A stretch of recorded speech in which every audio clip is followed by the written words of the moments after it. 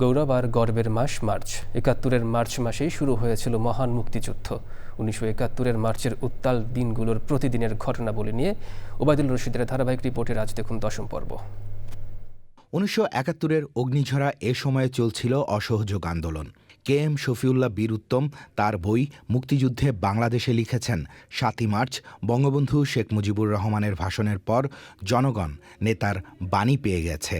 তিনি লিখেছেন, সমস্ত জাতি শেখ মুজিবের প্রতি শর্তহীন সমর্থনের ধ্বনি উচ্চারণ করে। সব রকমের সরবরাহ বন্ধ, সৈন্যরা টিনজাত বিকল্প খাবার গ্রহণ করতে বাধ্য হয়। বইয়ে লেখা হয়েছে, শেখ মুজিবের নির্দেশাবলী আক্ষরিক এবং ভাবার্থে সর্বত্র গৃহীত হয়। অবাঙালিরা রয়ে গেল একমাত্র ব্যতিক্রম।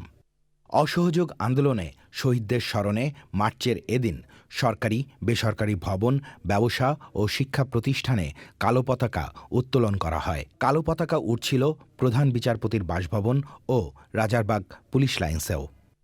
স্বাধীন বাংলা ছাত্র সংগ্রাম পরিষদ এক বিবৃতিতে বাঙালি সৈন্য, ইপিআর ও পুলিশ বাহিনীর সদস্যদের পাকিস্তানি প্রশাসনের সাথে সম্পর্ক ছিন্ন করার আহ্বান জানায়। ৭১-এর ১০ মার্চ চট্টগ্রাম সংগ্রাম পরিষদ গঠিত হয়। কেন্দ্র থেকে আসা যে কোনো সিদ্ধান্ত চট্টগ্রামে বাস্তবায়নের কথা জানায় ওই পরিষদ। বিকেলে ঢাকা নিউ মার্কেট এলাকায় শোষণমুক্ত স্বাধীন বাংলার দাবিতে পথসভা করে ওয়ালি ন্যাপ। আর লেখক শিল্পী মুক্তি সংগ্রাম পরিষদ ঢাকায় বিক্ষোভ মিছিল করে। জাতিসংঘ সদর দপ্তরের সামনে বিক্ষোভ করে নিউ ইয়র্ক প্রবাসী বাঙালি ছাত্ররা। নিরস্ত্র বাঙালিদের হত্যা বন্ধে জাতিসংঘের হস্তক্ষেপ দাবি করে মহাসচিব উ থান্টের কাছে স্মারকলিপি দেন তারা। করাচি থেকে অবসরপ্রাপ্ত এয়ার মার্শাল আসগর খান বঙ্গবন্ধু শেখ মুজিবুর রহমানকে এক বার্তায় সমঝোতার আহ্বান জানান। আসগর খান বলেন, পরিস্থিতি যে কোনো সময় বদলে যেতে পারে। সেনানিবাস পাকিস্তানের পতাকার মর্যাদা রক্ষায় প্রতিশ্রুতিবদ্ধ।